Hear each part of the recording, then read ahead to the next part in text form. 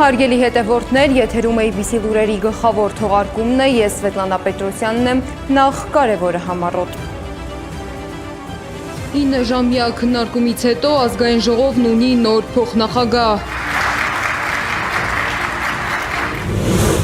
Աննա Հակոբյանի հայտարարությունից հետո կալանքի որոշում և հետախուզում, ինչ է հայտնի քրեական գործից։ Խաղաղության պայմանագիրը կրկին քաղաքական վեճի կենտրոնում է, ինչ է առաջարկում ուժեղ Հայաստան խմբակցությունը։ Բաքուն նորից խոսում է նախապայմանների լեզվով, ինչ է պահանջում Ադրբեջանի ղեկավարությունը։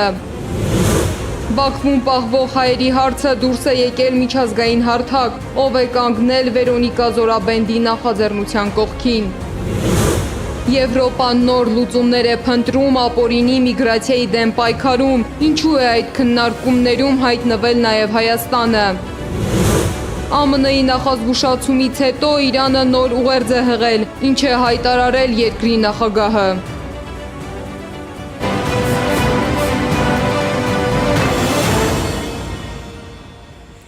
Ազգային ժողովի 9 ժամվա քննարկումից հետո Հայկ Կոնջորյանը ընտրվեց 9-րդ գումարման ազգային ժողովի փոխնախագահ։ Հայաստան խմբակցությունը չի մասնակցել քվեարկությանը, իսկ ուժեղ Հայաստանը դեմ է քվեարկել։ Բացի Հայկ Կոնջորյանից ազգային ժողովի երկու փոխնախագահների թեկնածուներն են նաև քաղաքացիական պայմանագրից Վահագն Ալեքսանյանը, ուժեղ Հայաստան ընդդիմադիր խմբակցությունից Արամ Վարդևանյանը։ Ազգային ժողովի նախագահի 3 տեղակալներից մեկի, նաև մշտական հանձնաժողովների 4-ի նախագահների պաշտոնները օրենքով հատկացված են ընդդիմությանը։ Ազգային ժողովի նախագահի տեղակալի պաշտոնում ընտրվելու համար առաջարկվել է Հայկ Կոնջորյանի թեկնածությունը։ Ազգային ժողովի 105 պատգամավորներից քվեարկությանը մասնակցել են 91-ը, քվեատուփում առկա էր 91 քվեաթերթիկ, որոնցից անվավեր է ճանաչվել 0-ն։ Ձայները բաշխվել են հետևյալ կերպ. Հայկ Կոնջորյան կողմ 63, դեմ 28։ Շնորհավորում եմ, պարոն։ Որոշումը կայացված է, շնորհավորում եմ։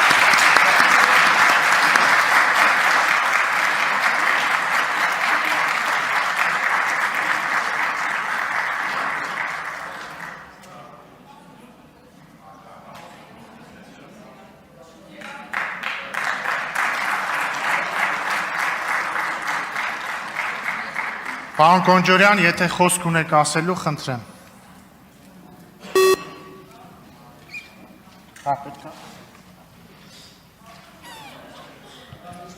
Շնորհակալություն վստահության համար։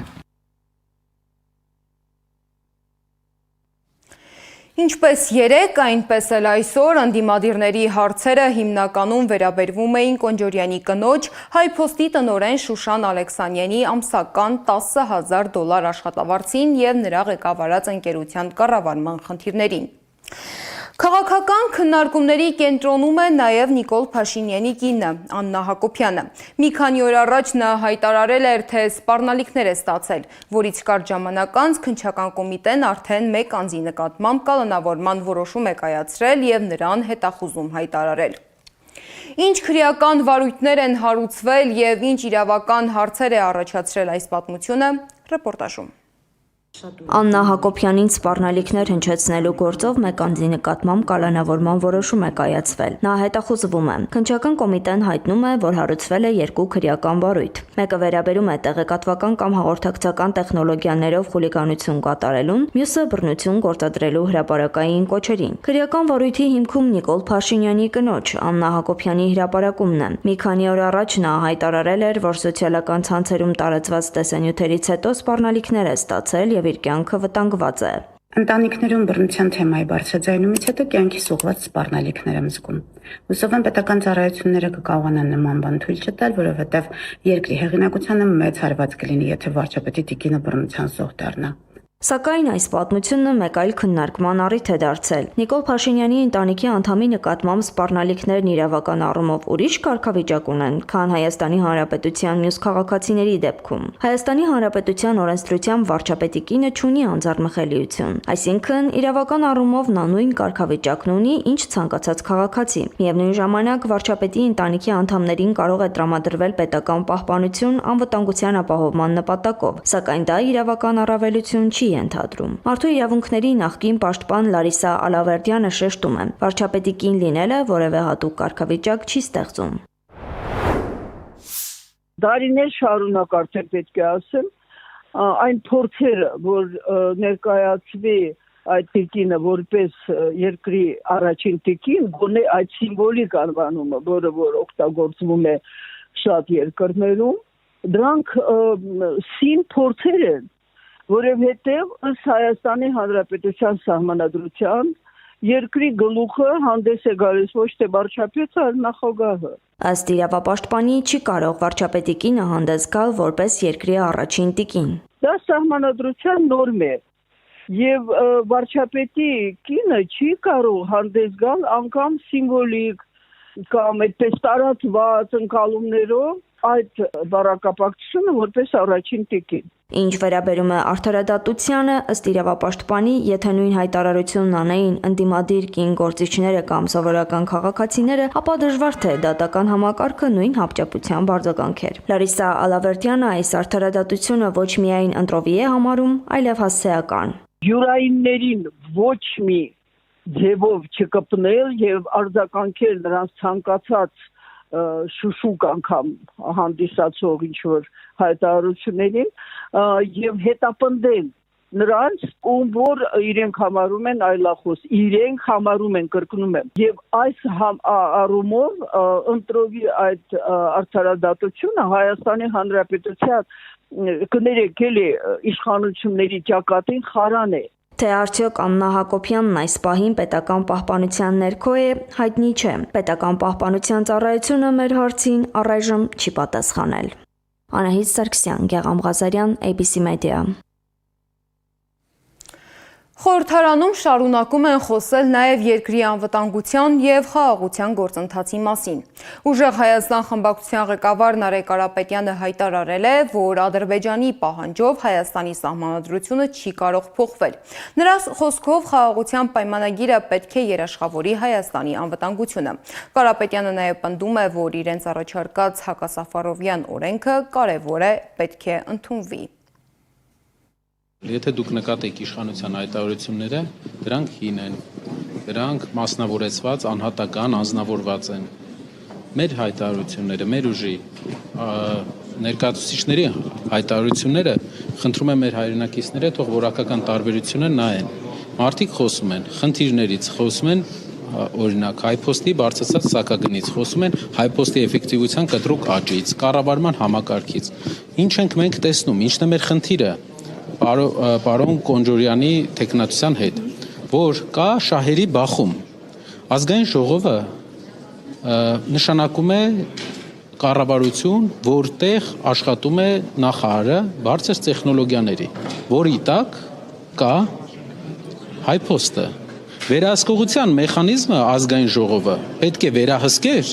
որ մի կետով 80% չբարձրացնեին սակագինը։ Սահմանադրական փոփոխությունների թեմային անդրադարձել է նաև Հայաստան խմբակցության պատգամավոր Իշխան Սաղաթելյանը։ Նա հայտարարել է, որ առաջիկա աշունը Հայաստանի համար ծանր քաղաքական զարգացումների շրջան է լինելու։ Մեր երկրի առջև շատ ավելի լուրջ, շատ ավելի կարևոր, շատ ավելի հրատապ եւ առաջնային օրակարգեր կան։ Մեծ հաշվով Հայկ Կոնջորյանը կլինի ազգային փոխնախագահ, թե ուրիշ մի ԿՊԱ-կան, խոշոր հաշվով ընդհանրապես տարբերություն չկա։ Մեր երկրի առջև կանգնած մարտահրավերները հետևյալն են. հայ-ադրբեջանական հարաբերություններ, սահմանագծում, սահմանազատում,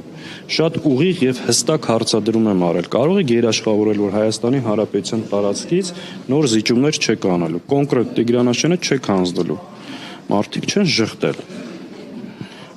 Աշխարհաքաղաքական իրավիճակը, հայ-ռուսական հարաբերությունները, մեր տնտեսությունը, որ կարճ ժամանակ հետո կանգնելու է ծանր ու բարդ խնդիրների առջև։ Սրանք են մեր երկրի կարևոր եւ առաջնային օրակարգերը, բայց ակնհայտ process-ը տեղի ունենում է հիմնական եւ գլխավոր քաղաքական խորքային հարցերից շեղել անձնական ապօրինի գոյիկ, չգիտեմ, քո աղբերը, քո քուրը, քո հերը, քո մերը, չգիտեմ ինչ, բայց շատ ավելի գլոբալ խնդիրներ կան։ Իդեպ Ադրբեջանի նախագահի օգնական Հիկմետ Հաջիևը այսօր կրկին հայտարարել է, որ Հայաստանի սահմանադրությունից պետք է հանվեն իր ձևակերպմամբ տարածքային պահանջներ պարունակող դրույթները։ Նրա խոսքով միայն դրանից հետո հնարավոր կլինի ստորագրել խաղաղության պայմանագիրը։ Ադրբեջանի արտգործնախարար Ջեյհուն Բայրամովն էլ հայտարարել է, որ Հայաստան-Ադրբեջան հարաբերությունների կարգավորման գործընթացում նոր զարգացումներ են սպասվում։ Նրա խոսքով շարունակվում են նաև տրանսպորտային հաղորդակցությունների վերաբացման շուրջ քննարկումները, որոնցից մեկը TRIP նախագիծն է։ Մենք սպասում ենք, որ նախապատրաստական փուլի ավարտից հետո Հայաստանում կսկսվեն շինարարական աշխատանքները։ Ադրբեջանը մեծ մասամբ կատարել է աշխատանքի իր մասը։ Հայաստանի և Ադրբեջանի միջև երկկողմ բանակցությունները ապացուցել են իրենց արդյունավետությունը։ Ադրբեջանի նկատմամբ տարածքային պահանջները պետք է հանվեն Հայաստանի սահմանադրությունից, որից հետո հնարավոր կլինի վերջնական խաղաղության համաձայնագրի ստորագրումը։ Այս ֆոնին միջազգային կառույցները շարունակում են ուշադրության կենտրոնում պահել նաև Բաքվում պահվող հայերի հարցը։ Ցեղասպանությունների կանխարգելման Լեմկինի ինստիտուտը աջակցություն է հայտնել Վերոնիկա Զորաբենդի նախաձեռնությանը, որով նա կոչ է անում կանանց մարդասիրական պատվիրակություն ձևավորել Բաքվի բանտում գտնվող հայերին այցելելու նպատակով։ Իրավապաշտպաններին, ազդեցիկ անհատներին, քաղաքական գործիչներին և միջազգային կազմակերպություններին, մասնավորաբար այն կառույցներին, որոնք զբաղվում են մարդու իրավունքների պաշտպանությամբ և ցեղասպանությունների կանխարգելմամբ, կոչ ենք անում միանալ մեր ջանքերին, որպեսզի Բաքվում պահվող հայ գերիների ընտանիքների անդամները հնարավորություն ունենան այցելելու իրենց հարազատներին։ Ուժեղ Հայաստան կուսակցության առաջնորդ Սամվել Կարապետյանը հայտարարել է, որ քաղաքական տարբեր ուժերի հետ պարբերաբար հանդիպումներ են ունենում և քննարկում հետագա պայքարի քայլերը։ Նրա խոսքով իշխանափոխության համար գործելու են բացառապես օրենքի շրջանակում։ Իդեպ այսօր Սամվել Կարապետյանի գործով հերթական դատական նիստներ։ Ինչը որ օրինական ճանապարհով կարող է հեռացնել այս իշխանությանը, մենք ամեն ինչ անում ենք։ Բայց ես ձեզ արդեն մի անգամ բացատրել եմ, սա մարդ չի, սա մեխանիզմ է, մեր դեմ այս իշխանությանը, մենք պետք է քանդենք այս մեխանիզմը, որպեսզի վերջնական հաղթանակ տանենք, իսկ մեխանիզմը շատ դժվար է քանդել, որովհետև այդ մեխանիզմը ստեղծել են շատ լուրջ պետություններ, որ պետությունները, ինչ նկատի շատ լուրջ պետություններ, ոչ բարեկամ պետություն է։ Դրա համար քանդելը համ դժվար է, համ ժամանակի ինչ նկատի ունեք, ով է ստեղծել։ Մարդիկ դուրս եկան փողոց, եղավ հեղափոխություն։ Դուք ինչ կասկածներ ունեք, ով է ստեղծել։ Երկիրը տանեն կործանման։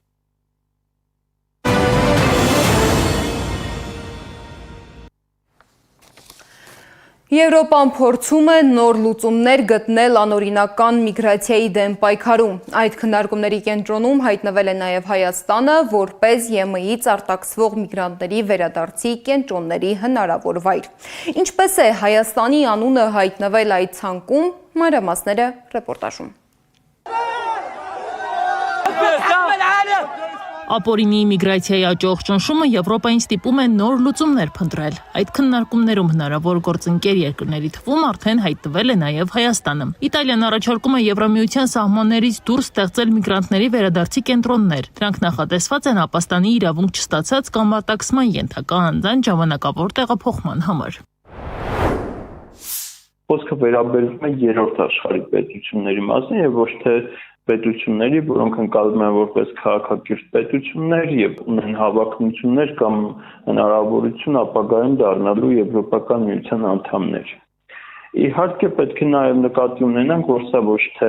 այսպես հաստատված փաստ է, այլ սա նախաձեռնություն է Իտալիայի կողմից։ Սակայն այս նախաձեռնությունը նոր չէ, այն առաջին անգամ ներկայացվել էր դեռ անցյալ տարվա հունիսին Եվրոպական խորհրդի նիստում։ Այդ ժամանակ դրան աջակցություն էր հայտնել նաև Դանիայի եւ Նիդերլանդների վարչապետները։ Այդ փուլում սակայն Հայաստանի անունը չէր շրջանառվում։ Հարց է առաջանում, ինչու է հիմա Հայաստանը հայտնվել հնարավոր գործընկեր երկրների ցանկում։ Այնտեղ մի այսպիսի ձևակերպում էլ կա տարածաշրջաններ, որոնք ավանդաբար չեն ենթարկվել միգրացիոն հոսքերի։ Հիմա եթե հիպոթետիկ դիտարկենք, որ Եվրոպական միության կողմից Հայաստանը ընկալվում է որպես ապագայում Եվրոպական միության անդամ պետություն, ապա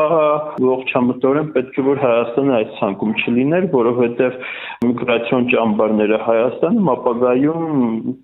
եթե Հայաստանը լիներ Եվրոպական միության անդամ, սա պետք է գլխացավանք լիներ հենց Եվրոպական միության համար։ Եվրամիությունը այսպիսի ծրագրերի համար գործընկեր երկրներ ընտրելիս հաշվի է առնում մի շարք հանգամանքներ, քաղաքական հարաբերությունները, անվտանգային միջավայրը, ենթակառուցվածքները, նաև ապօրինի միգրացիայի կառավարման հարցում գործակցելու պատրաստակամությունը։ Միգրանտների ներխոսքը եւ սոցիալական եւ քաղաքական ռիսկեր կարող են առաջացնել, մյուս կողմից նաեւ աշխատատեղերի խնդիր կան, աշխատուժի խնդիր գոյություն ունի նաեւ Հայաստանում։ Թե այդ ամեն ինչ ինչպես պետք է անել, որ նախ այդ մարդիկ կարողանան աշխատել եւ նաեւ աշխատանքը վերջացնելուց հետո լքեն Հայաստանը, մյուս կողմից այդ ինտեգրման խնդիրները եւ այլն, դա շատ բարձ խնդիր է։ Միգրացիայի կառավարման այսպիսի մեխանիզմներ նախկինում եւս փորձարկվել են։ Ամենահայտնի օրինակներից մեկը Մեծ Բրիտանիայի եւ Ռուանդայի ծրագիրն էր, որով նախատեսվում էր որոշ ապօրինի ներգաղթյալների գործերի քննությունը տեղափոխել Ռուանդա։ Սակայն ծրագիրը չիրականացվեց իրավական եւ քաղաքական լուրջ հակազդեցության պատճառով։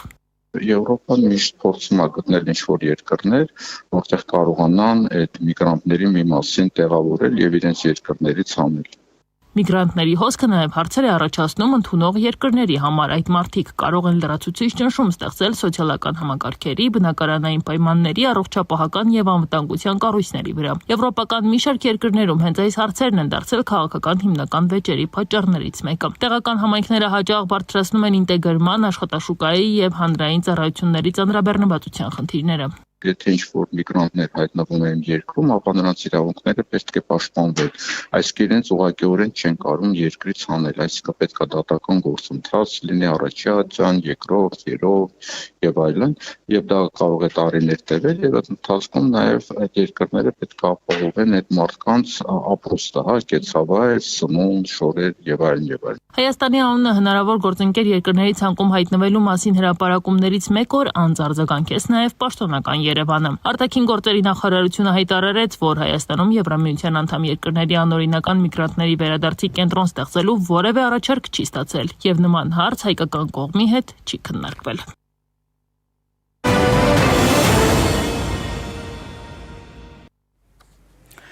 Միջազգային լրահոսից։ Իրանի նախագահը հայտարարել է, որ Թեհրանը պատրաստ է պաշտպանել իր սահմանները, սակայն չի ցանկանում խորացնել հակամարտությունը ԱՄՆ-ի հետ։ Նրա խոսքով երկրի գլխավոր նպատակը ներքին կայունությունն ու միասնությունն է։ Ավելի վաղ ԱՄՆ նախագահը հայտարարել էր, որ Իրանին տրվել է վերջին հնարավորությունը համաձայնելու առաջարկվող գործարքին։ Հակառակ դեպքում երկրին գլխատում է սպասվում։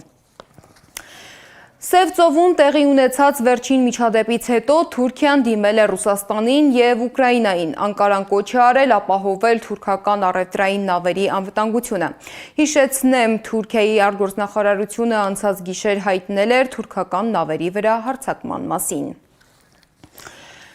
Եվ վերջում պատմություն մի գյուղի մասին, որտեղ մինչ այսօր զգացվում է Հրանտ Մաթևոսյանի ներկայությունը։ Բայց Մաթևոսյանին ճանաչելու համար բավական չէ միայն կարդալ նրա գրքերը։ Պետք է գնալ Ահնիձոր, որտեղ նա ծնվել, մեծացել և ստեղծել է իր գրական աշխարհը։ Իմ գործընկեր Անի Աբաղյանն է եղել այնտեղ, որտեղ յուրաքանչյուր արահետ, ծառ ու քար հիշեցնում են մեծ գրողին։ Շունն դες կապած է գնացի մոտից կպել էր, չէ։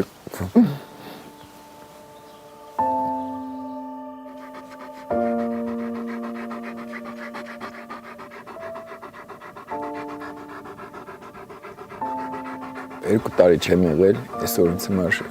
այդ պահը մի քիչ ուզումնալից արի կներեք իհարկե։ Չես կարող Ահնիձոր հասնել ու Մաթևոսյանից չխոսել։ Մեր իրականությունը դարձել է ողբերգությունների թատերաբեմ։ Հատկապես երբ գյուղում քայլում ու նրա նկարագրածը տեսնում ու համոզվում ես։ Ահնիձոր աշխարհի ծայրին, անտառ, մի կտոր երկինք, դիմ հարված 7 ծխի, հաղպատից բերված միակ շան, հաչոց, անտառում խլանալիս եւ արջ եւ Կար ժամանակ, երբ նրանք միասին խաղում էին հենց այս տան բակում, մի քիչ վերև ու ներքև։ Եվ կային հատուկ ժամեր, երբ նրանք ուղակի ձայն չէին հանում, քնած էր նա, Մաթևոսյան Հրանտը։ Պետք է չխանգարենք իր մայրիկը, մեր հորեղբորկին Արուսյակը ինձ համոյին չէր թողում աղմկենք, ասում էր Հրանտը քնած է, խելոք մնացեք։ Թակուն գնում ենք ներս, այդ սենակը, որտեղ ինքը գրել էր գիշերը, տեսնում ենք մոխրամանի մեջ Սասունցի Դավիթ սիգարետ կար, կազբեկի նման, մի քանի տուփ ծխել էր։ Անեց օրլնում էր մի բառ էր գրածել եմ կամ մի նախադասություն, կամ ոչ մի բան։ Անեց օրլնում էր մի քանի թերթ, մի քանի էջ գրում էր։ Բայց երբ իր գործին չէր, Հովանեսն ու Համլետը ոչ միայն թճկոտում էին Աղնիձորի դաշտերում, այլև ավակ եղբոր հետ էին գնում։ Տված դասը մեզ կյանքի մասին էր։ Ասենք դե մասնագիտության մասին խոսել լինել չի կարող, գալիս էր ինձ դե համոյին փոքր եղբոր հետ միասին նստում էինք, աղբերավարից զրույց էինք անում, խորհուրդներ էր տալիս, այս գործը սենց արեք, մաճը սենց բռնեք, եզը սենց քշեք, սենց կանեն, հողամասը սենց կաշխատեն, ինքը բուգլիցանոն ժամանակ գործիք ձեռքներից վերցնում էր, ասում էր սենց կանենք, մի շարքը մարգան էլի, ինքը անում էր, մենք էլ սովորում էինք, ընդօրինակում էինք անում։ Ու աշխարհի ծայրում, Աղնիձորում, Մաթևոսյանի մասին է պատմում դիմացի անտառի կանաչ դաշտը, որի մասին շատերն են կարդացել։ Այն մասը նրա ձին տեղակապած եղել, գայլն են տեղակերել, բանը մտրուկին են տեղակերել, ոբշեմ, այդ կանաչ դաշտը հենց տեղ մասին է խոսքը։ Կոնկրետ այդ բառով այն կարող եմ ասել։ Կարոտում է Հովանեսը։ Ամեն ինչին, քարին, թփին։ Դա շատ տխուր է։ Առաջ դուրս էր գալիս ամեն թաղամասում լիքը երեխեք կար, կտիկ կտապետ էին խաղամ, ֆուտբոլ էին խաղամ, հիմա չկա, երեխա չկա, այսինքն դե մեծ եթե երիտասարդ ընտանիք չկա, երեխին որտեղից պետք է լինի։ Ու աշխարհի ծայրում, Աղնիձորում, գյուղացին նախ դրկից, հետո ապագա է փնտրում։ Գյուղացին գյուղի շատ էլ սիրում է, բայց չի կարող մնա գյուղում, ապագա չի տեսնում, իր երեխին այստեղ ապագա չունի, աշխատանք չկա իր համար, ստիպված գնում են ուրիշ տեղը աշխատելու, երեխաներն էլ գնում են ուրիշ տեղ են դպրոց գնում, քաղաքում են գնում կամ հարևան մեծ գյուղերն են գնում։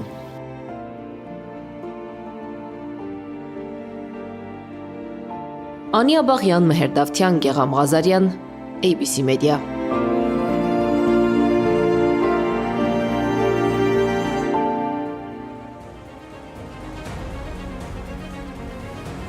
Այժմի համար նախատեսել էինք այսքանը, շարունակեք հետևել մեզ սոցիալական բոլոր ցանցերում կամ այցելեք մեր պաշտոնական կայք www.abcmedia.am։ Շնորհակալություն, որ մեզ հետ էիք, մնացեք խաղաղությամբ, հաջողություն։